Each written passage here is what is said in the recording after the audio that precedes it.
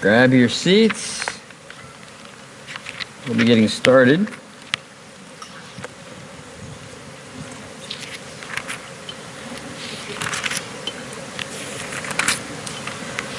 Some of you took grabbing your seat literally, some of you did not. That's okay. As long as you're there, we're happy. All right. Revelation chapter 21. We're continuing to talk about the New Jerusalem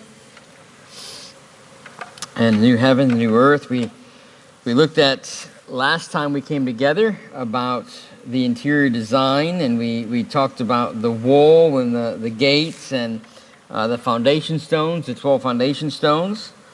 And a fourth thing that is interesting about this, look at verse 15, I believe it is.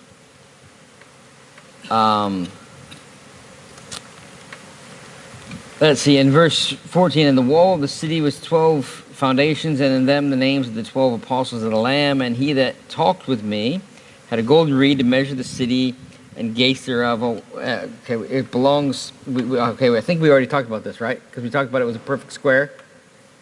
If I remember right, okay, good. Length and width and breadth are equal. All right, here we are, I think verse 18. It's material design in verse 18. But look at the walls. It says, and the building of the wall of it was of jasper. All right, so that's an interesting wall. To have a wall of jasper. Remember how wide we said, how thick we said these things are? About 72 meters. That's thick jasper, isn't it? To have a wall 72 meters wide made of jasper. And it was, 1,380 miles long. All right, so almost 1,400 miles long and almost 72 meters wide, mixing our measurements here. But that's one big piece of jasper, don't you think? I mean, I don't know if I've ever seen a piece of precious stone that big before. This is going to be a sight, won't it? And I think it all will pale in comparison to seeing Christ, but it's just an interesting place as we begin to look at it. Now, as we begin to look at that, we continue on to the city and the streets. And look at continue in verse 18. And the city was pure gold, like unto clear glass. Now, that's what the city's like. Pure gold. Have you ever, most of us probably have never dealt with pure gold before. You say, why? Because you know what I mean? You have like 18 karat gold and this karat gold and that karat gold, but it's not pure gold, like absolutely just gold, nothing else. When you get pure gold, it's very, reflective for what you could say and that way. And so imagine that it's pure gold, translucent as glass. Have you ever seen glass? Can you imagine gold like glass where you can see kind of in it? And it's just an interesting thing. By the way, gold will be in abundance in heaven. Right? What's the street made of? Gold. What's the city made of? Gold. Something that we value so much here on earth, God's like, yeah, I'll just pave my street with it. I'll make my city with it. It won't be that big a deal. Can you imagine trying to build a house of gold? If we think building cost expenses have gone up, can you imagine doing that? Never mind. I don't want to get kind of. It's hard enough to find a house and live in it, right? Let alone now it's gold.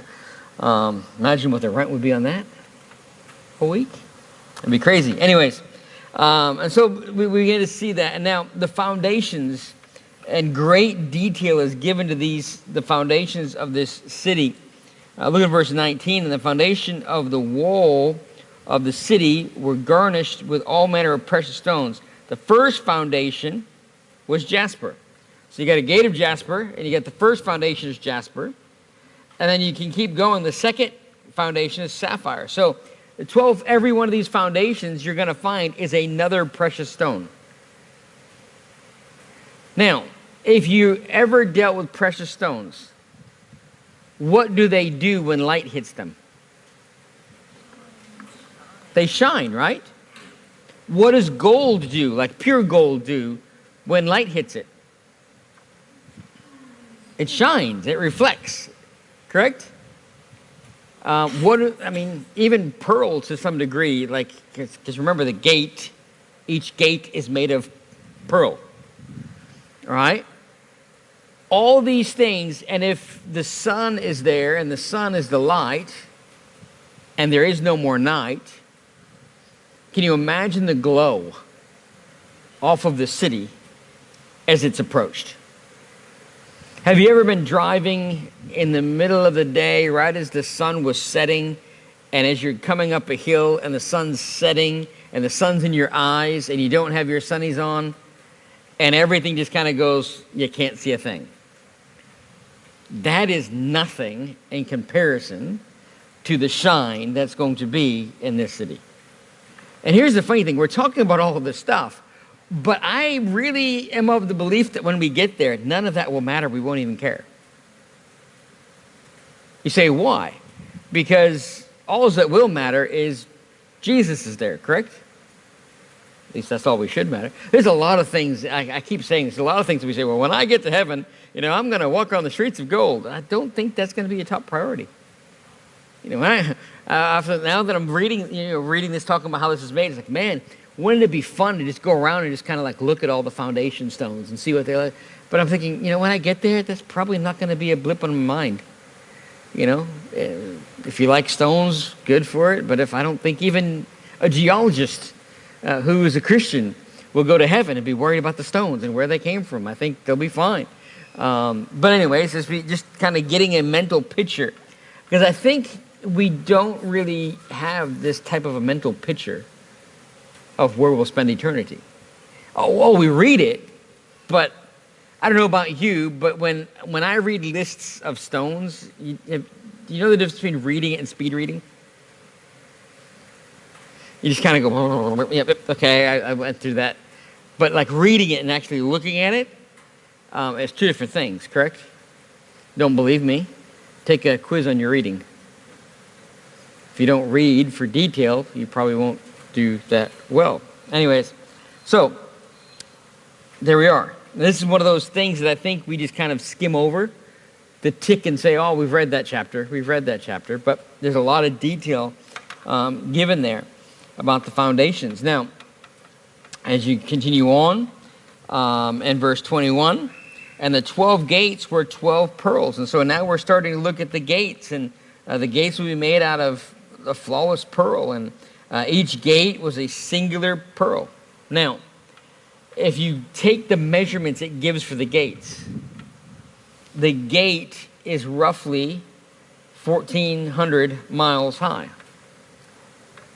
Now, think about that. That's a big pearl, isn't it? Everything we're seeing is big, right? 72 meters wide. Well, you have to have probably a pretty big gate to go on a 72-meter wide wall, wouldn't you? And did you notice the gate's height is the same height as the length of the wall? So the gate is as high as the wall is long. You say, why? I don't know. But that's what if you take the measurements and convert it out, that's what it says. Will we even need a gate to keep anyone out? Will the city need protection? No. There'll be no sin. There'll be nothing there. But there'll be 12 gates, each one made of a singular pearl. And so that's sort of an interesting look. So kind of in your mind's eye helps you picture something that's probably beyond imagination. To be able to think of something on that scale, on that size. So when people say, well, will there be room for everyone in heaven? Yeah, there'll be plenty of room. In the New Jerusalem alone, there'll be a ton of room there. Now, beginning to look at the interior of it, because the interior, we looked at the outside, and if you think the outside was like, wow, just wait till you walk inside the gate. All right? As you step inside the gate, you're going to notice some things about it. And, we're the very first thing that you would notice about it, the beautiful exterior of that city, it may be breathtaking, but now John's guide brings him inside God's capital city. And now we're beginning to look at it this way. And so as we begin to do that, the very first thing you're going to notice when you walk into the city of God, there is no temple. None. No temple. Think about this. You say, why is that glaring? Well, to me, it's glaring because every time God has a set-aside people, they always have a set-aside place to worship Him, yes? In the Old Testament, when He had the Israelites and they came out of bondage, they had a set-aside place to worship called the tabernacle, right? That's where God's presence was in the holies of holies. And then you come into, beyond that, they get into the promised land. They build a temple. Now they build up multiple temples because it keeps being destroyed. But they build a temple, and that is where they worship God, correct? Now you fast forward into the New Testament, and we have a couple of different things when it comes to a temple. Because now you are the temple. Yes? The temple of the Holy Spirit? Yeah, okay. Just making sure we're all on the same page. Yeah. So now you're the temple. So that's why you can worship wherever you are. Now, it also in the New Testament time, it says, hey, if you're a Christian, there is a set-aside place that believers should come together called a local church. That way you can be edified and you can be, have a common purpose and you can encourage one another and you can grow together and you can do all these things that the purpose of the local church is to accomplish. So there's still a set-aside place to worship, yes? Right? And you are still the temple, so the presence of God is in you. Well, when you get to the new heaven and the new earth and New Jerusalem, do you need to set aside a place to worship God when God's there? God no longer has to be in you. There is no more need for a temple, is there? There's no more need for God to have a dwelling place so man can approach that dwelling place and offer sacrifices and worship Him. There's no need for it. You say, why? Because God is there. Christ is there. Yes? Now, I know in the tribulation period, they will have a temple and all those type of things. And in the Millennium Kingdom, it seems that they're going to have a temple and all those type of things.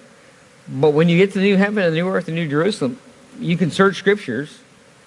You'll find no temple. Second thing you'll find. He goes on and says, and I saw no temple therein. I mean, to John, that was a big deal when he walked in, wasn't it? What's the first thing he noted that he didn't see? You say, why? Because as a Jew, you know what he's thinking? Probably, humanly. So where do I go to worship God? Again, there's no need for that. Why is there no temple therein? For the Lord God Almighty and the Lamb are the temple of it. So why is there no need for a temple, did John say right away? Because God's there and Christ is there. And they are the temple. All right, second thing you notice this. And the city had no need of what? Sun, neither of moon to shine in it. Okay? So there's no light. No darkness. What do we have at night? We have a moon, which is a light that basically reflects the sunlight to us. And that's why you can go out at night if there is a moon present. It's not a full, no moon out. And you have some sort of light that you can, after a while, your eyes sort of adjust to it. You don't believe me, come to youth camp and try to play like night games. Eventually your eyes, after you spend about 30 minutes running around in the pitch dark, your eyes will adjust and you might see the tree before you run into it. I don't know. At least that's what we pray and hope. But in this place, there's no darkness. Why? For the glory of God did lighten it, and the Lamb is the light thereof. Hey, when you are in the presence of God, there can be no darkness.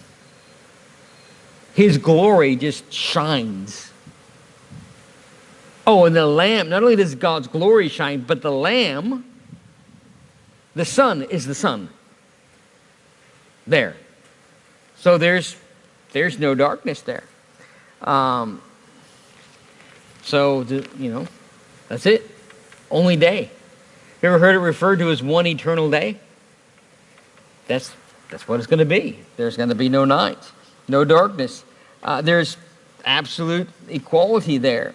In the eternal state, no one will save the Israelites, and the church will be present. So there'll be saved Gentiles, there'll be saved Jews. And remember, God says that there's neither bond nor free, Jew nor Gentile. Hey, in heaven, you know what's going to be there? The redeemed. That's it.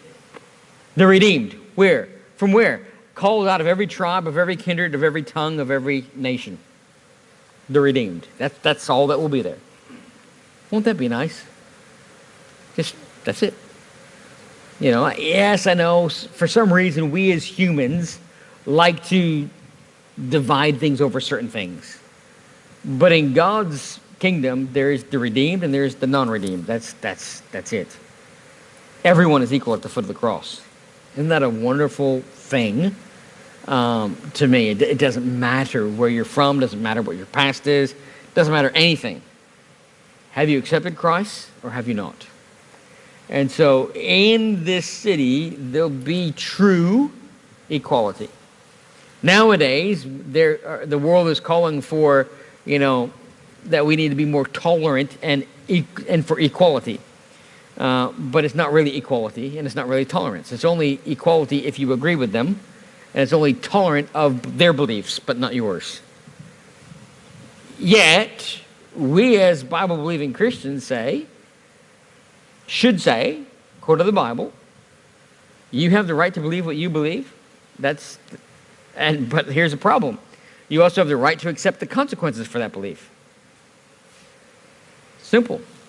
I think oftentimes when I talk to people, one time I talked to a Muslim guy when we were in Darwin.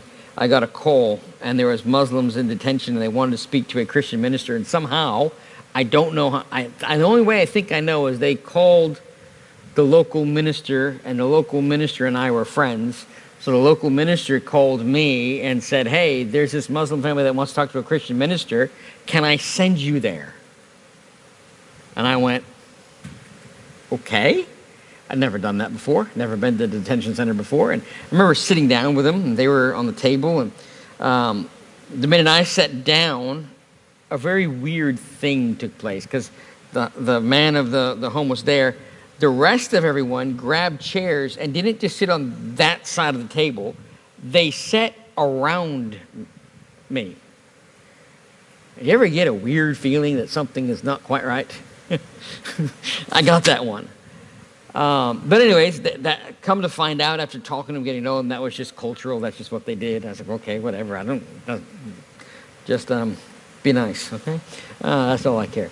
But what they were talking about was,